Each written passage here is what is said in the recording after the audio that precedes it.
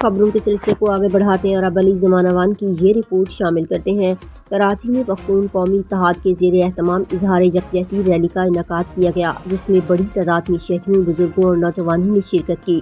Rally سے خطاب کرتے ہوئے چیئرمین پختون قومی اتحاد ملک دوست محمد خان نے پاکستان کی سلامتی، خود مختاری اور قومی وقار کے تحفظ کے عزم کا اعادہ کیا۔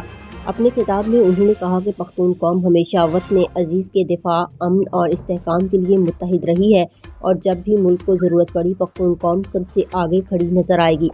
انہوں نے کہا کہ پاکستان کی طرف اٹھنے والی ہر میلی نظر کو پوری قوم کی یکجہتی کا سامنا کرنا پڑے گا۔ انہوں نے مزید کہا کہ ہم امن، اتحاد اور بھائی چارے کے داعی ہیں، لیکن وطن کے دفاع کے معاملے پر کسی قسم کی کمزوری برداشت نہیں کی جائے گی۔